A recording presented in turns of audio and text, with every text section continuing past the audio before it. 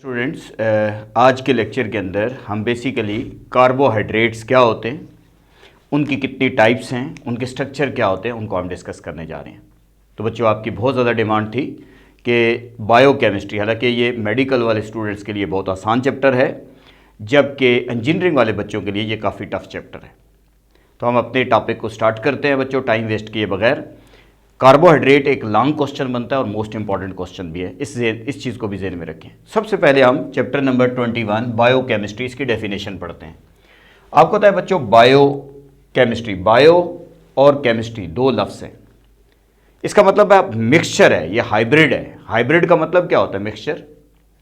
तो bio basically एक अलग ब्रांच है, केमिस्ट्री एक अलग ब्रांच है, या दोनों को मिला दें तो बायो केमिस्ट्री केमिस्ट्री की एक ब्रांच आती है, जिसमें से 30 ब्रांचेस में से ये भी एक ब्रांच ऑफ केमिस्ट्री कहलाती है। अब बेसिकली बायो में हम स्टडी क्या करते हैं बच्चों? हम बेसिकली स्टडी करते हैं लिविंग सेल्स एंड ऑर्गेनिज्म, यानी किसी भी मॉलिक्यूल के अंदर लिविंग सेल एंड ऑर्गेनिज्म को स्टडी करते हैं। और केमिस्ट्री में क्या स्टडी करते हैं? Chemical reaction.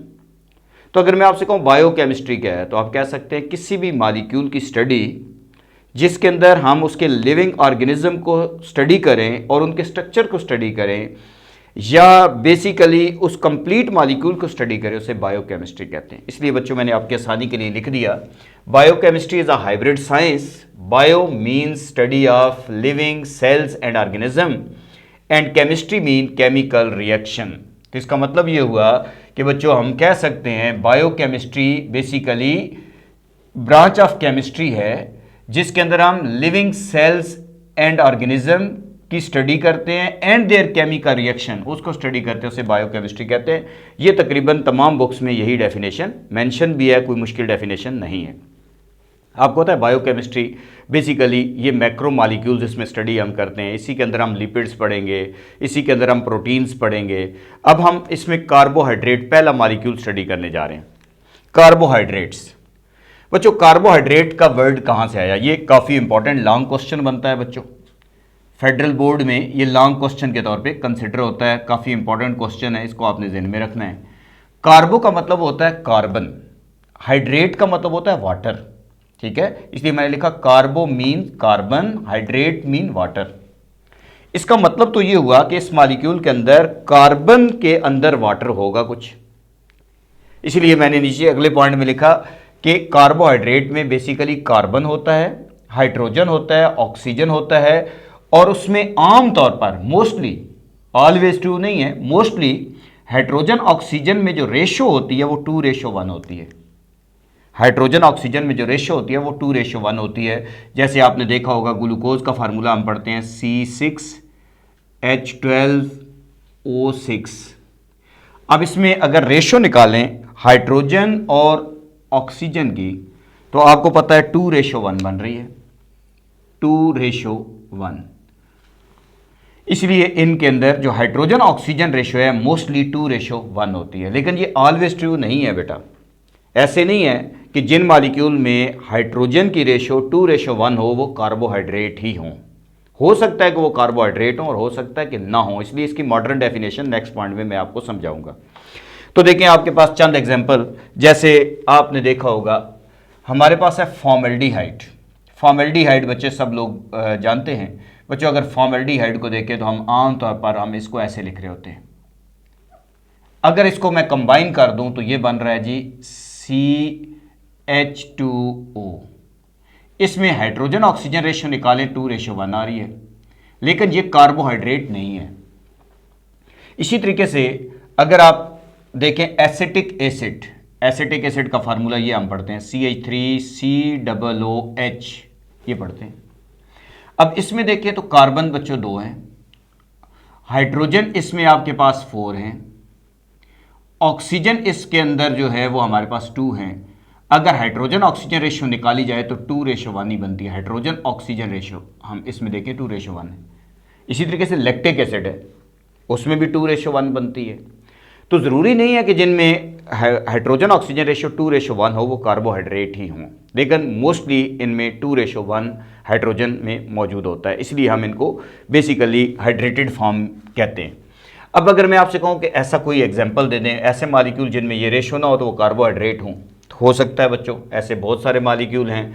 जैसे मैं आपके सामने यहीं पे अगर जगह बना के मैं लिख दूं, हमारे पास है रेमिनोज, ठीक है, ये एक कार्बोहाइड्रेट, बायो वाले बच्चे जानते हैं कि हमारे पास ये एक कार्बोहाइड्रेट मालिक्यूल है। लेकिन अगर इसका फार्मूला देखा जाए तो ये बनता है जी C6H12O5। तो देखो इसमें हाइड्रोजन ऑक्सीजन रेशो 2:1 नहीं बन रही, लेकिन इसके बावजूद ये कार्बोहाइड्रेट है। इसलिए इस कंसेप्ट को भी आपने ज़हन में रखना है। फिर इनका जनरल फार्मूला क्या होता है? They have general formula CnH2O(n). क्या मतलब बच्चों, अगर यहाँ n की जगह 6 होगा, इसको 2 से मल्टीप्लाई करोगे 12 हो जाएगा, और यहाँ पे भी 6 हो जाएगा, क्योंकि n को आपने, अगर यहाँ पे 6 है तो यहाँ पे भी 6 होगा, जब इसे मल्टीप्लाई होगा 12 तो 6 और यहाँ पे 6। तो इनका जनरल फार्मूला होता है जी CnH2O(n). इसीलिए इनके साथ कार्बोहाइड्रेट लिखा जाता है। कार्बो मीन कार्बन है, हाइड्रेट मीन इसमें वाटर है, इसीलिए इनका नाम वहाँ से ड्राइव हुआ था। अब ये तो कुछ पॉइंट इंट्रोडक्शन में बच्चा लिखता है।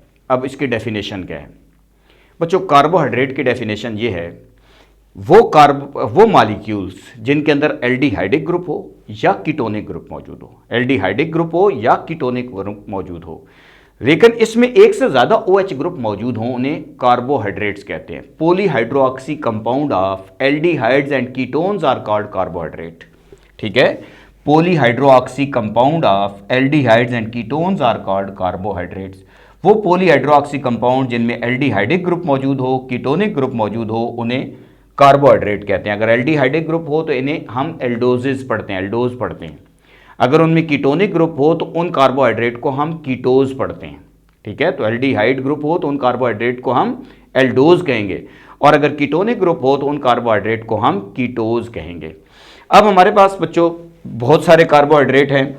जैसे मैं यहीं पे बच्चों, अगर स्क्रीनशॉट लेना है तो लें, यहीं पे मैं रब करके आपको सिंपलेस्ट अगर कार्बोहाइड्रेट बताऊं तो हमारे पास यहाँ पे सिंपलेस्ट कार्बोहाइड्रेट जिसमें एल्डिहाइडिक ग्रुप मौजूद है, तो मैं सबसे छोटा एल्डिहाइड कार्बोहाइड्रेट मॉलिक्यूल बनाऊं तो ये हमारे पास एक है, स्ट्रक्चर है C+O≦H, और यहाँ पे लिख रहा हूँ जी C इस जगह पे H, यहाँ पे OH, यहाँ पे COH, और यहाँ पे H, यहाँ पे भी हाइड्रोजन लगा दें।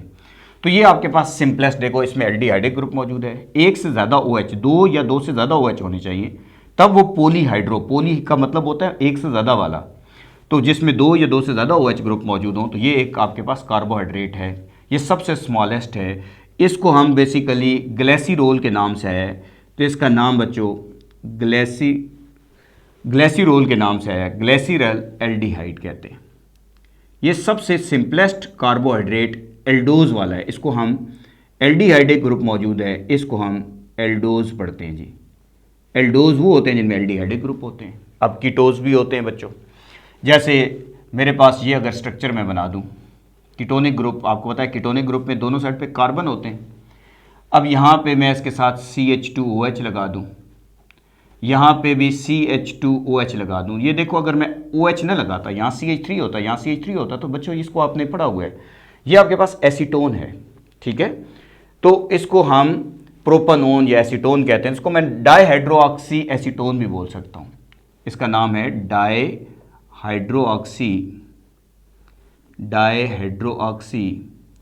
और एसीटोन, ये हमारे पास है।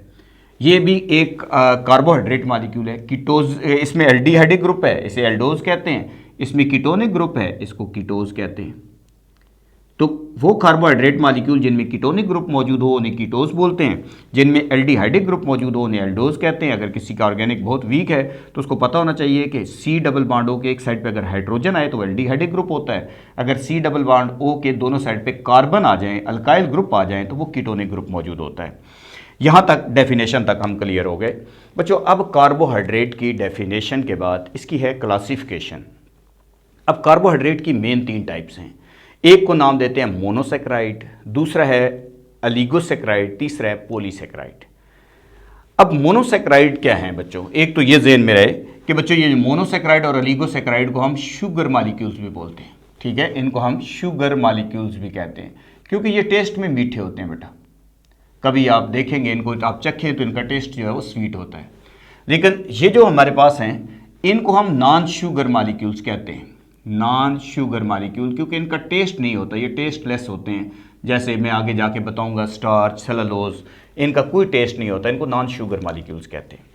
अब आते हैं मोनोसेक्राइड। अच्छा, मोनोसेक्राइड क्या है? वो कार्बोहाइड्रेट मालिक्यूल जो फर्दर हाइड्रोलाइज ना हो, वो कार्बोहाइड्रेट मालिक्यूल जिनको आप फर्दर ब्रेक ना कर सकें, उनको हम मोनोसेक्राइड कहते हैं। मैं बच्चों को कहता हूं कि इसमें 3 एग्जांपल याद करो। जैसे मोनोसेक्राइड कौन कौन से हैं? Glucose, fructose, galactose. अब ग्लूकोज किस में पाया जाता है? ये तो हमारे ब्लड में पाया जाता है बच्चों। और किस में होता है? हमें पता है कि ये हनी, शहद के अंदर पाया जाता है, हनी के अंदर पाया जाता है, कॉर्न्स में पाया जाता है, ठीक है। इसी तरीके से अगर मैं आपसे कहता हूं कि फ्रैक्टोज किस में होता है, तो आप कहते हैं वेजिटेबल एंड फ्रूट्स में होता है। जैसे आप अंगूर के अंदर देखें तो बच्चों ये फ्रैक्टोज पाया जाता है। वेजिटेबल एंड फ्रूट्स के अंदर बच्चों हमारे पास जो है वो क्या मौजूद होता है? फ्रैक्टोज होता है। गैलेक्टोज किस में मौजूद होता है? बच्चों गैलेक्टोज जो है ना, जितने भी दूध से बनने वाली प्रोडक्ट्स हैं जिनको हम डेयरी प्रोडक्ट्स कहते हैं या मिल्क के अंदर पाया जाता है, तो इसलिए मैंने यहाँ पे कुछ लिखा कि carbohydrate molecule which do not hydrolyse to simple units are called monosaccharide. वो कार्बोहाइड्रेट मालिक्यूल जो फर्दर ब्रेक नहीं होते, सिंपल यूनिट में कन्वर्ट नहीं होते, उन्हें मोनोसेक्राइड कहते हैं, जिसमें ग्लूकोज है, फ्रैक्टोज है, गैलेक्टोज है।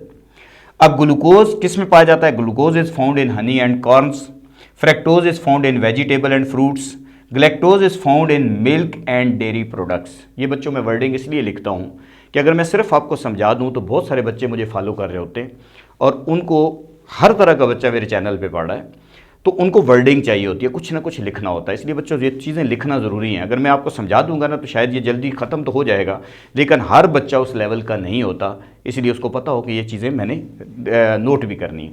तो ये बच्चों हमारे पास अब इन तीनों के स्ट्रक्चर भी हैं बच्चों। हमारे कोर्स में तो ये 2 के स्ट्रक्चर हैं। ये तीसरे का स्ट्रक्चर बनाना चाहे तो अभी एंड पे बता दूंगा कि कितना फ़र्क होता है। तो इनके open chain, close chain structure भी आपको तैयार करने हैं। तो देखो, मोनोसेक्राइड में डेफिनेशन तैयार करें, 3 पॉइंट्स इसके, ये 3 एग्जाम्पल तैयार करें, ये 3 पॉइंट्स तैयार करें, थ्योरी आपकी कंप्लीट है। अब आप आ जाएं नेक्स्ट पे बच्चों इनके स्ट्रक्चर के ऊपर। तो यहाँ मैं आपके सामने ग्लूकोज, फ्रैक्टोज के स्ट्रक्चर पहले बनाता हूँ, फिर गैलेक्टोज का भी इसी के साथ बता दूंगा। वो हमारे कोर्स में तो नहीं है, लेकिन अगर आप चाहें तो आप बना सकते हैं। तो हमारे पास नेक्स्ट इसमें देखते हैं जी, सबसे पहले ग्लूकोज को देखते हैं।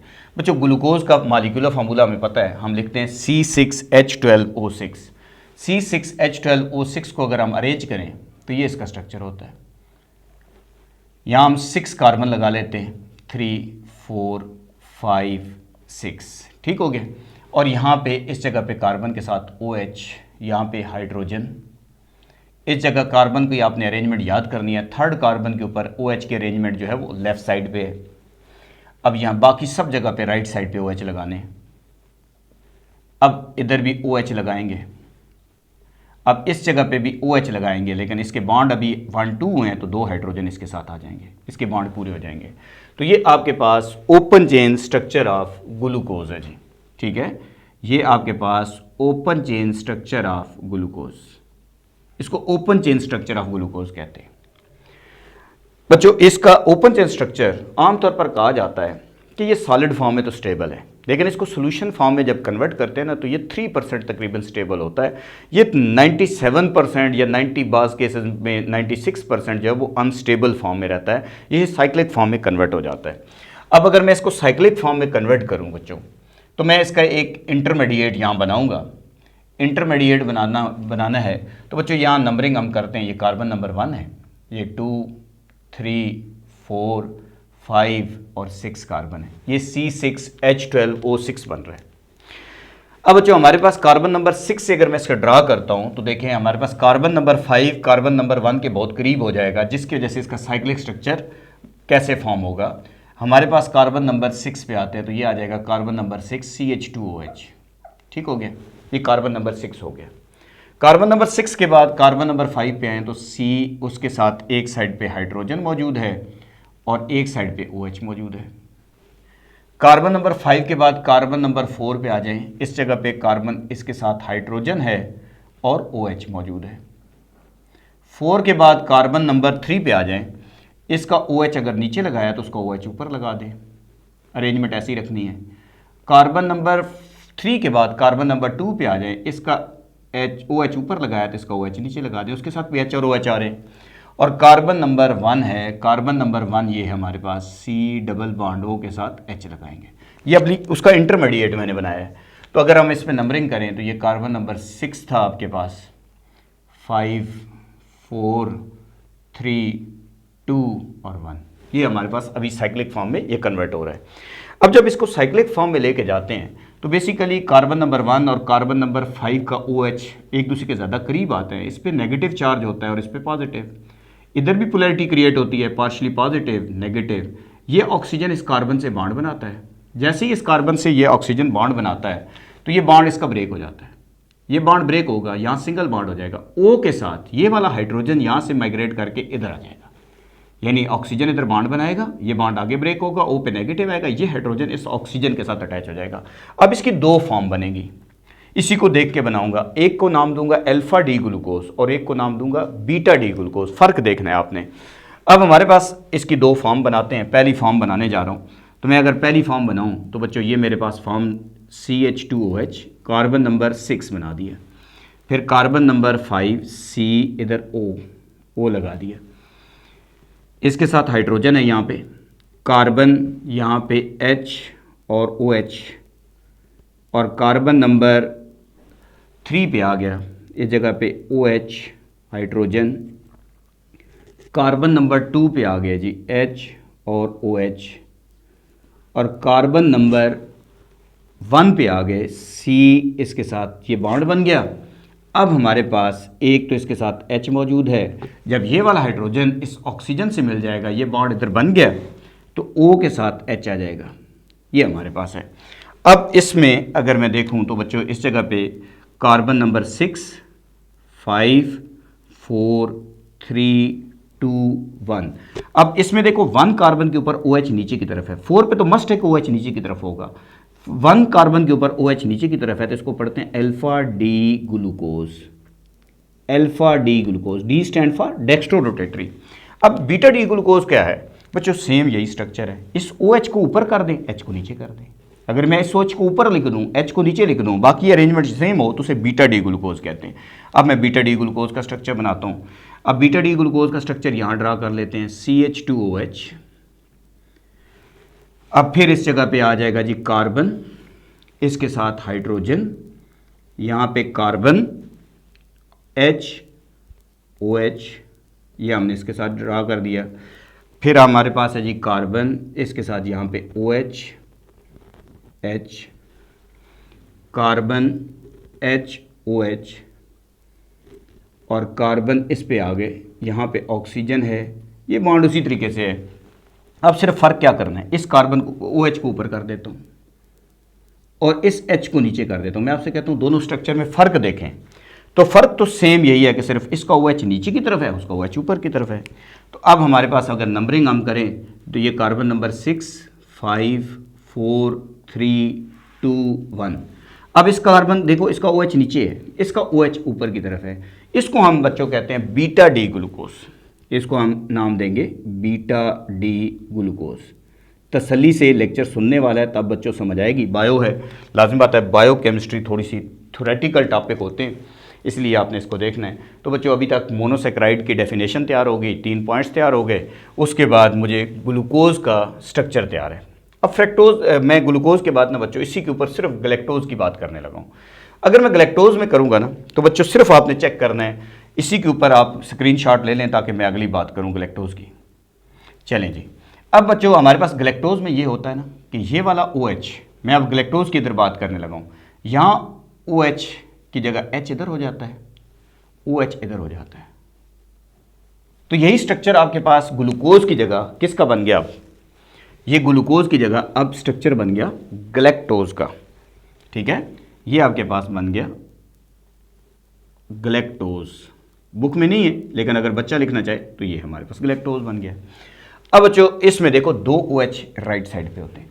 अब अगर मैं आपसे कहता हूँ इसके अंदर क्या चेंज होगा, अल्फा बीटा उसके 2 नहीं बनाते, उसके जस्ट एक ही बनता है। अगर मैं आपसे कहूँ उसकी अरेंजमेंट क्या होगा, आप कहेंगे सेम यही स्ट्रक्चर होगा, सिर्फ फ़र्क ये करें। अब ये हमारे पास साइक्लिक स्ट्रक्चर जो बनेगा गलेक्टोज का, वो ये बनेगा, इस OH को ऊपर कर दें, यहाँ पे OH को ऊपर कर दें, इधर भी OH को आप जो है वो इधर H को नीचे कर दें, और इसी तरीके से इस OH को आपने किधर रखना है बच्चों, इस OH को भी आपने ऊपर की तरफ रखना है, H इधर रखना है। तो ये आपके पास जो स्ट्रक्चर बन गया, ये स्ट्रक्चर आपके पास जो है वो गैलेक्टोज का साइक्लिक स्ट्रक्चर बन गया, गैलेक्टोज का साइक्लिक स्ट्रक्चर। जस्ट आपको समझाने के लिए आपके ज़हन में, तो ये बच्चों हमारे पास गैलेक्टोज, ये और ये तैयार कर लेना है। ये वैसे ग्लूकोज के लिखे हुए हैं, तो इसी के ऊपर मैंने कन्वर्जन की है, इसलिए बच्चों आपको कन्फ्यूजन नहीं होनी चाहिए। कुछ लोग दरमियान से वीडियो देखते हैं तो फिर कमेंट्स में लिख देते हैं कि सर आपने ये क्या किया है, या इधर से आपने गलत लिख दिया। ऐसा नहीं होता, आप पूरी वीडियो को देखेंगे तो आपको समझ आएगा। अब बच्चों नेक्स्ट पे आते हैं। हमारे पास नेक्स्ट लाइन जो है वो मोनोसेक्राइड के अंदर फ्रक्टोज की है जी। अब मैं फ्रक्टोज की बात करने लगा हूँ, क्योंकि मोनोसेक्राइड में मेन हमने ग्लूकोज और फ्रक्टोज तैयार करना है। तो अगर मैं आपके सामने अब फ्रक्टोज की बात करूँ तो हमारे पास फ्रक्टोज बच्चों, ये इसलिए मिटा रहा हूँ कि ताकि आप स्क्रीनशॉट लें तो आपको पता हो ये गैलेक्टोज के बारे में लिखा हुआ है अभी। अब फ्रक्टोज मैं यहाँ लिखता हूँ, फ्रक्टोज का मॉलिक्यूलर फार्मूला भी C6H12O6 होता है। फ्रक्टोज अगर लिखें तो बच्चों होता है CH2OH, C6H12O6। यहाँ पे सेम वही है, थर्ड कार्बन पे, बाकी कार्बन पे OH उसी तरीके से है, यहाँ पे भी कार्बन उसी तरीके से है, और इस जगह पे CH2OH। पहले तसल्ली कर लें, चेक करें बच्चों, C6H12O6 बन रहे। अब ये हमारे पास नंबरिंग हमने इस साइड से करनी है, फंक्शनल ग्रुप वाली साइड से नंबरिंग होती है, ठीक है। हमेशा नंबरिंग फंक्शनल ग्रुप वाली साइड से होती है, नंबरिंग ये करेंगे। अब इसकी साइक्लिक फॉर्म भी बनती है बच्चों। इसकी साइक्लिक फॉर्म जब बनती है ना, तो होता क्या है, ये कार्बन नंबर 5 का जो ऑक्सीजन है ना, ये नेगेटिवली चार्ज होता है, ये इसके साथ बॉन्ड बनाता है। जैसे ही बॉन्ड बनाता है ये बॉन्ड आगे शिफ्ट होता है, O पे नेगेटिव आ जाता है, ये वाला हाइड्रोजन माइग्रेट करके इधर चला जाता है। मैं आपके सामने बनाता हूँ, क्योंकि बुक में मिस्टेक भी होती है बच्चों, बुक में मिस्टेक है, इसलिए बच्चे आमतौर पर फिर देखते हैं कि सर ये तो चेंज नज़र आ रहा है। अब एक तो आप देखेंगे बच्चों, प्रॉपर तरीका यही है। अब इसकी साइक्लिक फॉर्म कैसे बनेगी, छठे कार्बन से मैं बनाना शुरू कर रहा हूँ। तो जब मैं इसे बल्कि कार्बन नंबर 1 से बनाना शुरू करता हूँ, CH2OH, ये बन गया कार्बन नंबर 1। अब कार्बन नंबर हमारे पास जो 2 है उसके साथ C के साथ OH लगा दिया। ये किधर से आ गया बच्चों, जैसे ही बॉन्ड ब्रेक हुआ O पे नेगेटिव आया, ये वाला हाइड्रोजन समझ लो इधर चला गया। अभी आपको बात समझ आ जाएगी। कार्बन नंबर 5 का ऑक्सीजन, इसके पास सिर्फ ऑक्सीजन रह गया, वो जोड़ेगा कार्बन नंबर 2 के साथ। अब यहाँ तक पहुँचने के बाद नेक्स्ट मैं इधर बना रहा हूँ जी C, ये कार्बन नंबर 3 पे आ गया हूँ, यहाँ HOH। कार्बन नंबर 3 के बाद कार्बन नंबर 4 पे आ गया हूँ, इसका OH नीचे है तो इसका OH ऊपर बनेगा। और कार्बन नंबर 3 के बाद कार्बन नंबर ये हमारे पास आ गया 4, ठीक है।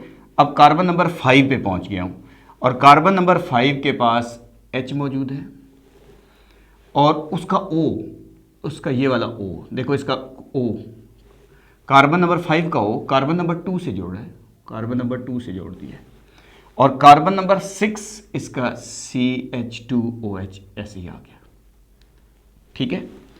अब आप इसकी नंबरिंग करें तो ये कार्बन नंबर आपके पास है जी 1, ये 2, 3, 4, 5 और ये 6। आपकी बुक में मिस्टेक ये है, या तो दोनों साइड पे OH लगा दिए हैं, या दोनों साइड में से एक साइड से, दोनों साइड से H लगा दिए हैं। तो ये आपकी बुक की मिस्टेक है, मेरी तरफ से ये ठीक है। ये आपके पास फ्रक्टोज का स्ट्रक्चर है, ओपन चेन, और ये उसका जो है वो क्लोज चेन, साइक्लिक स्ट्रक्चर भी इसको बोलते हैं, साइक्लिक स्ट्रक्चर। फेडरल बोर्ड में ये भी क्वेश्चन आ चुका है कि draw the close chain structure of glucose and fructose. तो बच्चों ये ग्लूकोज और फ्रक्टोज का साइक्लिक स्ट्रक्चर ड्रा करने को भी आ सकता है, ये भी आपके कोर्स में है। तो अभी तक मोनोसेक्राइड हमारा कवर हुआ है। अब हम आते हैं अलीगोसेक्राइड पे, सेकेंड टाइप पे, अलीगोसेक्राइड्स।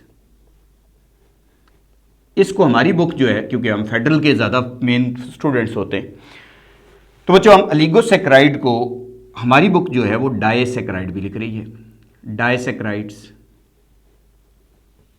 बेसिकली होता क्या है, ऐसे कार्बोहाइड्रेट मॉलिक्यूल जो हाइड्रोलाइज होने पे ऐसे कार्बोहाइड्रेट मॉलिक्यूल जो हाइड्रोलाइज होने पे 2 से लेकर 10 तक मोनोसेक्राइड, कुछ बुक में लिखा हुआ है 2 से लेकर 9 तक, ये दोनों एक्सेप्टेबल हैं, 2 से लेकर 10 तक के मोनोसेक्राइड प्रोड्यूस करें, उनको हम अलिगोसेक्राइड कहते हैं। मैं डेफिनेशन लिख देता हूं बच्चों, हम लिखते हैं carbohydrates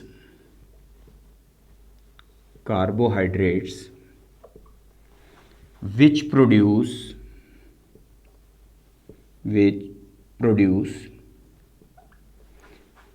2 to 10 units of monosaccharides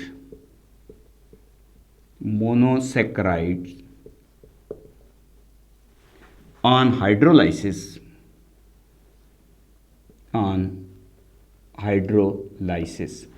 are called oligosaccharide. अब 2 होगा तो डाइसेक्राइड, 3 प्रोड्यूस करेगा ट्राइसेक्राइड, सो ऑन। अब मैं आपसे कहता हूं कार्बोहाइड्रेट मॉलिक्यूल जो 2 से लेकर 10 तक के मोनोसेक्राइड प्रोड्यूस करें उनको हम अलिगोसेक्राइड कहते हैं। आपके कोर्स में डाइसेक्राइड है, कौन कौन सी एग्जांपल हैं तो बच्चों आपने याद करना है। डाइसेक्राइड में एक आपको याद होना चाहिए सेक्रोज, टेबल शुगर के नाम से जानते हैं, चीनी के नाम से जानते हैं। इसी तरीके से माल्टोज, ये भी आपके पास एक डाइसेक्राइड है। इसी तरीके से लैक्टोज दूध में पाया जाता है बच्चों, ये भी डाइसेक्राइड है। ये डाइसेक्राइड आपके कोर्स में शामिल हैं। इन तीनों का फार्मूला बच्चों फिक्स है C12H22O11। अगर मैं आपसे कहूं इन सब का फार्मूला क्या है तो आप कहते हैं C12H22O11 इनका फार्मूला है, इन तीनों का सेम फार्मूला है। लेकिन सेक्रोज कहाँ पाया जाता है बच्चों, आपको पता है? शुगर केन के अंदर पाया जाता है, गन्ने के अंदर पाया जाता है, ठीक है। ये आपके पास शुगर केन के अंदर पाया जाता है। शुगर बीट यानी जो छोटे छोटे दाने हैं उनके अंदर भी पाया जाता है। माल्टोज माल्ट में पाया जाता है बच्चों, माल्टे में पाया जाता है। और लैक्टोज बच्चों ये दूध में पाया जाता है। जब दूध मीठा होता है तो वो बच्चों लैक्टोज के जैसे होता है, ये भी मिल्क के अंदर पाया जाता है। तो एक तो आपको डेफिनेशन याद करनी है, फिर आपको 3 नाम याद करने हैं, फिर इनके तीनों का सोर्स एक एक लाइन में पता होना चाहिए। अब बच्चों हमारे पास स्ट्रक्चर तो नहीं है, लेकिन अगर आप चाहें तो स्ट्रक्चर ड्रा भी कर सकते हैं। मैं आपको टेक्निक बता देता हूं। मैं बच्चों से कहता हूं बच्चों 2 स्ट्रक्चर तैयार कर लें, ग्लूकोज और फ्रैक्टोज के क्लोज चेन स्ट्रक्चर थोड़ी सी प्रैक्टिस करेंगे आ जाएंगे, फिर आपको पूरा कार्बोहाइड्रेट आ जाएगा। लेकिन जब तक वो नहीं करेंगे तो आपको तंगी रहेगी। जैसे हमारे पास है बच्चों सेक्रोज है, इसका फार्मूला होता है जी C12H22O11, ये मैंने लिखा है सेक्रोज। जब आप इसको हाइड्रोलाइज करें, इसको वाटर डाल दें, हाइड्रोलाइज करने पे ये किस में कन्वर्ट होगा? C6H12O6 में चला जाएगा, यानी ये ग्लूकोज में जाएगा। और साथ ही एक और फार्मूला बनेगा C6H12O6, ये फ्रैक्टोज बन जाएगा। ये बन गया, ठीक हो गया। अब इसका मतलब है ये डाइसेक्राइड है, 2 मोनोसेक्राइड से मिलकर बनता है। एक और है जी C12H22O11, ये मैं आपके सामने लिख रहा हूं जी, माल्टोज है। अब इसकी हाइड्रोलाइसिस करें, इसके हाइड्रोलाइसिस से क्या बनेगा? इससे एक तो बनेगा जी C6H12O6 ग्लूकोज बनेगा, और दूसरा मॉलिक्यूल भी ग्लूकोज बनेगा, 2 ग्लूकोज बनेंगे। इसलिए मैं इसके साथ 2 लिख सकता हूं, तो 2 नहीं लिख सकता था, मॉलिक्यूलर फार्मूला सेम है, स्ट्रक्चर चेंज है। तीसरा हमारे पास है C12H22O11 प्लस वाटर, ये हमारे पास है जी लैक्टोज। जब आप इसको हाइड्रोलाइज करते हैं तो ये ब्रेक होता है ग्लूकोज में, जो कि आपकी बुक ने गलती से और लिख दिया है। C6H12O6 ग्लूकोज में जाता है, और साथ C6H12O6 गलैक्टोज में जाता है। आपकी बुक में ग्लूकोज की जगह फ्रैक्टोज लिखा हुआ है, तो वो मिस्टेक है। ये हमारे पास इसकी 3 एग्जांपल हो गई। अगर मैं इनके स्ट्रक्चर बनाना चाहूँ तो बच्चों इनमें जो लिंकेज होती है ना, वो ग्लाइकोसाइडिक लिंकेज होती है। ग्लाइकोसाइडिक लिंकेज क्या कि दो कार्बोहाइड्रेट, जैसे अगर मैं एक स्ट्रक्चर ग्लूकोज का जोड़ूं, एक फ्रक्टोज का जोड़ दूं, एक एच और एक OH निकाल दूं, सैक्रोज बन जाएगा।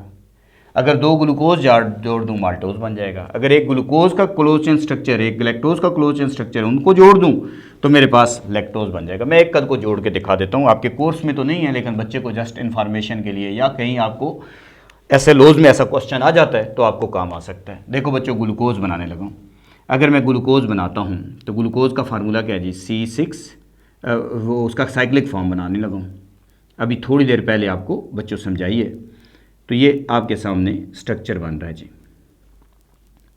यहाँ पे OH ऊपर आ जाएगा, H नीचे है, इस जगह पे H OH, यहाँ पे हम उसी तरीके से बना देंगे, इधर H और ये OH, अल्फा डी ग्लूकोज हो गया।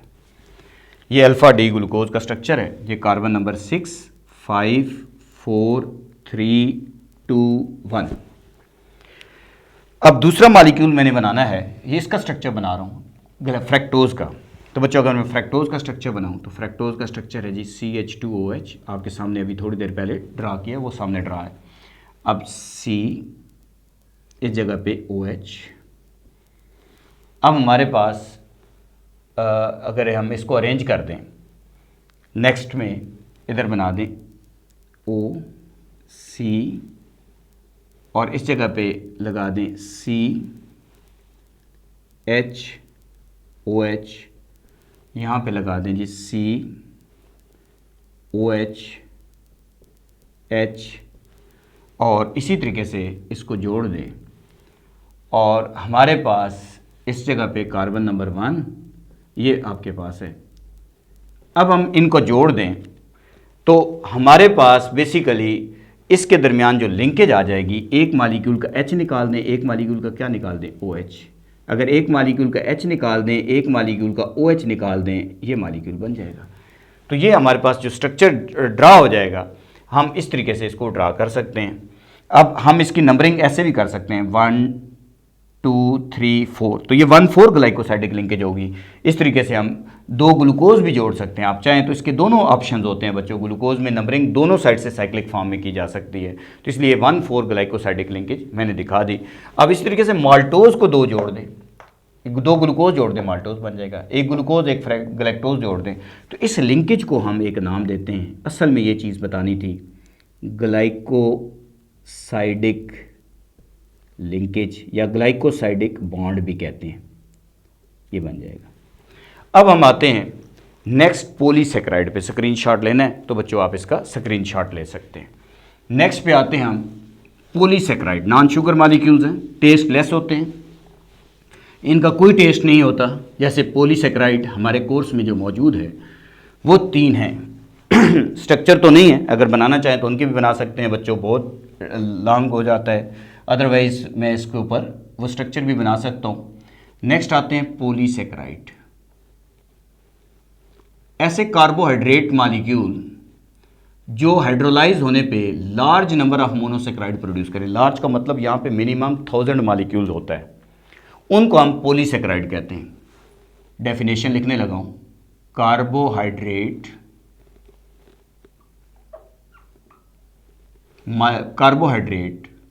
which produce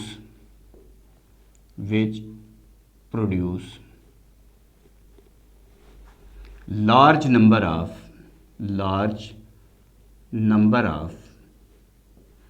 monosaccharides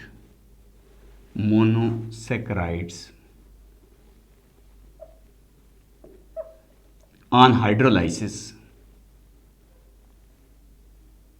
ऐसे कार्बोहाइड्रेट मॉलिक्यूल जो large number of monosaccharide hydrolysis में प्रोड्यूस करें, उन्हें हम पॉलीसेकेराइड कहते हैं। They are non sugar molecule because they are tasteless. For example हमारे कोर्स में है जी स्टार्च, ठीक है। इसी तरीके से है हमारे पास सेलुलोज और ग्लाइकोजन। हमारी बॉडी में जो ग्लूकोज स्टोर होता है बच्चों, वो ग्लाइकोजन की फॉर्म में होता है। स्टार्च देखा होगा, घरों में कल्फ पड़ा होता है, कपड़ों पे लगाया जाता है, इसको हम स्टार्च कहते हैं। बच्चों आपको पता है ये स्टार्च प्लांट के अंदर पाया जाता है, पोटाटो में सबसे ज़्यादा पाया जाता है, इसका सोर्स पोटाटो वगैरह है। ये बेसिकली स्टार्च पॉलीमर है अल्फा डी ग्लूकोज का। It is the polymer of alpha D glucose. याद रखें, अल्फा डी ग्लूकोज जोड़ते जाएं बहुत सारे मालिक्यूल, स्टार्च बन जाएगा। लेकिन याद रखें बच्चों, स्टार्च खुद एक प्योर कंपाउंड नहीं है, प्योर कार्बोहाइड्रेट यानी प्योर मालिक्यूल नहीं है, बल्कि ये दो चीज़ों का मिक्सचर है। इसमें एक होता है अमाइलोज, जस्ट आपको बता रहा हूँ ताकि आपको एंट्री टेस्ट में भी फ़ायदा हो जाए, अमाइलोज, और एक होता है इसमें अमाइलोपिक्टन। अमाइलोपिक्टन ये होते हैं। अमाइलोज इसमें 10 से 20% होता है, और अमाइलोपिक्टन इसमें जो है वो हमारे पास 82 हमारे पास होता है जी। अगर 10 से 20% है तो 80 to 90% ये होगा। ठीक है, इसमें जो लिंकेज होती है अगर कहीं आ जाए, इसको कहते हैं 1,4 ग्लाइकोसाइडिक लिंकेज। इसमें दो लिंकेज होती हैं बेटा, मल्टीपल चॉइस के लिए जस्ट बता रहा हूँ। 1,4 भी होती है और 1,6 भी होती है। ये दो लिंकेज होती हैं, इनको कहते हैं ग्लाइकोसाइडिक लिंकेज। ग्लाइकोसाइडिक लिंकेज, ये मल्टीपल चॉइस कहीं आ जाए तो आपको याद हो कि अमाइलोज स्टार्च के अंदर कौन से दो कार्बोहाइड्रेट, तो हमारे पास मैक्रो मॉलिक्यूल होते हैं। आप कहते हैं अमाइलोज, अमाइलोपिक्टन। अमाइलोज कितने परसेंट है? 10 से 20%। अमाइलोपिक्टन 80 to 90%। स्टार्च किसका पॉलीमर है? अल्फा डी ग्लूकोज का पॉलीमर है। अल्फा डी ग्लूकोज जोड़ते जाएं